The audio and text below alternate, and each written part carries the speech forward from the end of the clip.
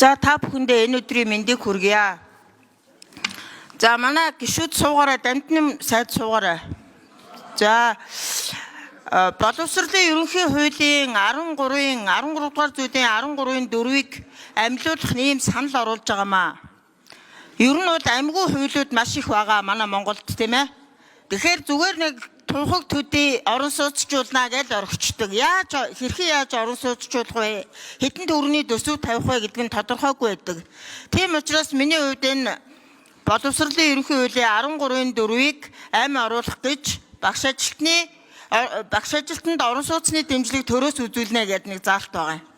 Тэгэхээр энэ дээр би бас нэг өөрсдөө мөнгө олоо гэсэн учраас хэд хэдэн замаас шүүж агаад мөнгө одоо ингэж санал оруулж байгаамаа.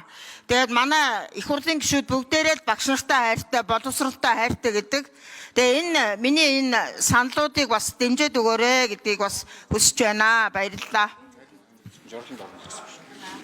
Наачилттай хөрөнгө оруулалтыг юу? За гавь гişүн. Үг хэлнэ. За энэ дэр бас бид нар нэлээд судалсан. Засгийн газраас ажлын хэсэг гарцсан байгаа юм байлээ. Яг одоо багш эмнэлгийн салбарын би бас танд уулзаад хэлсэн шүү дээ, тий.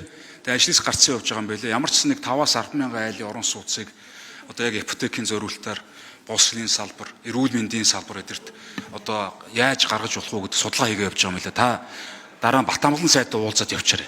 Тэгвэл одоо яг нөө төлөвлөсөн юмнаас ингээд татчихаар нөө бусад ажлууд нь бүгдээрээ унчаар байгаа даа. Мөнгөтэй явшина. Та болж игэл татчвал их сайн байна.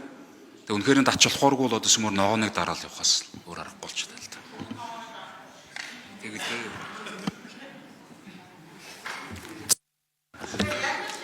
За тэгээд за төсвийн 1000 орны дэмжээгүй саналыг дэмжиж гэсэн саналын томьёолоор санал хураалт явуулъя.